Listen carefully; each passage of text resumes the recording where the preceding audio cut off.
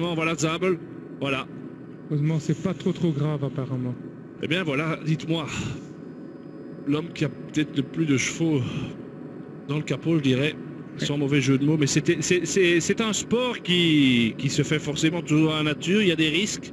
On parle plus souvent parfois des passages à niveau ou des éléments, mais on va revoir cela, regardez.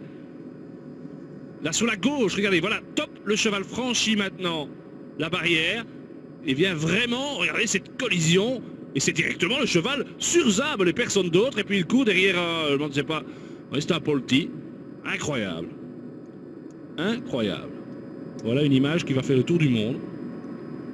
C'est pas la première fois que ça arrive, mais ça va changer maintenant le déroulement de la course, parce que les télécoms vont savoir qu'ils viennent de perdre. C'est pas fini, hein.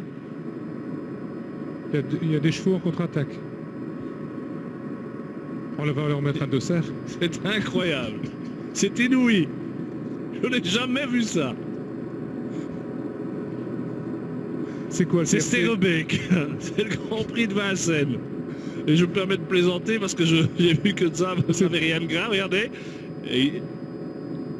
Ah ouais, et maintenant voilà. D'accord, ils ont quitté la route et bon amusement maintenant pour aller chercher ces deux chevaux qui sont devenus complètement fous. Mais enfin maintenant nous on va revenir sur la course. Incroyable, je n'ai jamais vu ça. On est bien parti pour voir une finale de Gand-Wevelgem Game se jouer donc entre ces 8 coureurs. Museeuw, le Belge tout seul, Van Petegem avec 2 équipiers, son compatriote Van Bont et l'Allemand Clear. Les 2 Belges de Cofidis, Farazijn et Peers. Le Belge de l'équipe Tony Steiner Saxon, c'est Van Ack. Et le Néerlandais de l'équipe danoise Memory Card, c'est Hoffmann. Bientôt 1 minute. Je pense que c'est joué, Jean-Luc. Oui, pour moi maintenant. J'avais dit s'ils arrivent avec 40-45 secondes à Menin et maintenant on rentre dans Menin pratiquement qu'une petite minute. Et... oui, allez, je veux dire que cet échappé va au bout. Mais donc les 2 coureurs qui ont le passé le plus réussi en la matière sont Museeuw forcément et Hoffmann, 3e l'année dernière. Hoffmann au sprint, entre Hoffmann et Van Petegem, ils s'y tiennent de très près. On peut ajouter Van Ack parce qu'il n'a pas travaillé et qu'il a une pointe de vitesse intéressante. Mais c'est là, c'est maintenant peut-être qu'une partie est en train de se jouer. Cet homme s'appelle Van Vliet. Teun Van Vliet, il a gagné justement déjà cette course de Gand-Wevelgem. C'est lui le boss et il vient de parler avec Van Petegem. Il y a une supériorité numérique à 3 sur 8. Ça fait quand même presque 50% du groupe. La balle est dans le camp de cette équipe. Mais ce qui est intéressant de voir maintenant, et ça on ne sait pas le dire, c'est l'état de fraîcheur des échappés. Parce qu'un coureur comme Van Ack n'a pas fait le Tour des Flandres. Par contre, Museeuw, Van Petegem, Peers et d'autres... Tous les autres ont fait le Tour des Flandres. Et terminé le Tour des Flandres. Donc ça veut dire, bon, mis à part Van Ack, ils sont tous sur le même pied. Mais je peux vous dire par expérience, de faire Gand-Wevelgem 4 jours après... 3 jours après le Tour des Flandres, il faut avoir des sacrées réserves et une sacrée récupération parce que bon, cette année le Tour des Flandres n'a pas été exceptionnellement dur, mais quand même ça laisse des traces. Alors 4 km et 400 mètres, Van Ack en dernière position. On va se braquer véritablement là-dessus. Ça j'aime pas de voir ça, mais bon, peut-être qu'il veut jouer au plus malin. Et attaque, démarrage de Van Bont je crois. Ah, ils ont intérêt, hein. C'est Van Bont qui est parti. Donc ils doivent attaquer à tour de rôle. Telle était la mission. Alors qui va se sacrifier maintenant? On dit toujours, Jean-Luc, le premier qui attaque, normalement c'est mauvais. Il vaut mieux être le deuxième qui part. Oui, on dit toujours ça. Mais... pour autant qu'on revienne. Oui, voilà.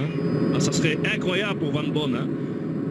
Vice-champion de Belgique. Et cette année, 2 fois deuxième de 2 belles courses à Kuurne et à Harelbeek. C'est Peers qui va y aller. Et directement Museeuw, il attendait ça Museeuw. Directement Van Petegem dans la roue de... Et de toute façon, le tout est de savoir quand Van Bont va être pris, si c'est Clear, ou si c'est Van Petegem en personne. Mais souvent Wevelgem a réussi un équipier, hein. Des bons équipiers. Dans le passé, il y a eu Peters, il y en a eu encore... Mikkelsen. Il y en a eu encore d'autres, des coureurs comme Luberding dans le passé, il me semble. Ah ben moi je dirais que... oui, c'est peut-être gagné pour Van Bont. Peut-être. Allez, Museeuw n'y va pas. Voilà, et c'est bien parti pour Van Bont. Regardez, il va falloir aller le chercher, c'est bien vu. C'est bien vu. C'est toujours un risque de partir le premier, on l'a dit. En principe, mais... ah, c'est dur. Il a l'oreillette. Vent de face, hein. Vent de face. Oh, 3 km, c'est beaucoup. Hein. 3 km de vent de face. Mais regardez, il roule plus vite. Et maintenant, ça va par vague avec Van Petegem et j'ai oublié le nom de l'autre. Clear. Bon, il y a quand même un bel... il y a de bons équipiers derrière. Je pense que c'est dans la poche. Maintenant, on a l'impression qu'il se heurte là. Il se décarcasse. Mais c'est normal avec un vent pareil. Ça va être ces 2 derniers kilomètres vont être très très durs pour vous. Mais quand même. Gert Van Bonn qui est né pratiquement là où s'est terminé le Tour des Flandres dimanche, à Ninove, sur les rives de la Dendre, où il vit d'ailleurs. C'est sa 7e année professionnelle. À ce jour, il n'a gagné que 5 courses. Et la dernière fois, c'était à Gullegem, il y a 2 ans. 17 secondes. Van Bonn a 29 ans. Est-ce qu'il va remporter le succès de sa carrière? Museeuw. Ouh là, en personne. Ah, ça peut tout changer. Ah, il veut pas être battu. Et ça, c'est un démarrage très puissant, mais on va pas le relayer, Museeuw. Ah, voilà. C'est tout l'avantage. Oh, par contre, Peers joue pas mal. Peers insiste, et c'est Van Petegem qui va directement. Ça, c'est pour vous décourager. Hein.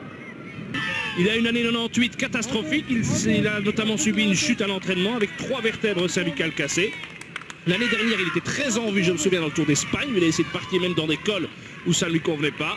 Et après toute une série de places d'honneur, c'est la consécration. Et Jean-Luc Van Ommel, vous l'avez dit, à l'image de garçons comme Frison, comme Peters. Et oui, ça peut récompenser un équipier, mais si c'est un équipier, il faut que ce soit un très bon équipier. Et là, voilà, c'est le cas de... Regardez, il comprend maintenant, il réalise, il gagne de manière merveilleuse à l'âge de 29 ans. Cet équipier modèle du cyclisme belge, Gert Van Bonn, remporte Gand-Wevelgem et offre donc à la Belgique un 44e succès en 62 éditions. C'est le 33e vainqueur belge différent. Et évidemment, votre ami Van Ack est parti à toute allure de très loin. Avec Peers dans la roue. Museeuw reste calé dans la roue de Van Petegem. On va essayer évidemment le doublé du côté de chez Farm Frights. Museeuw va faire le sprint. Van Petegem très à l'aise avec Museeuw dans la roue. Museeuw ne passe pas Van Petegem. 2e Van Petegem, 3e Museeuw, 4e Hoffmann, 5e Peers, 6e Clear, 7e Van Ack et 8e Farazain. Voilà le top 8, triplé belge, Jean-Luc, dans ce Gand-Wevelgem. Et quand on va voir Van Bonn monter sur le podium avec à sa droite son pote de toujours, Van Petegem, qui est là, et à sa gauche, Johan Museeuw, quel rêve pour un coureur d'avoir un podium comme ça avec ces deux-là.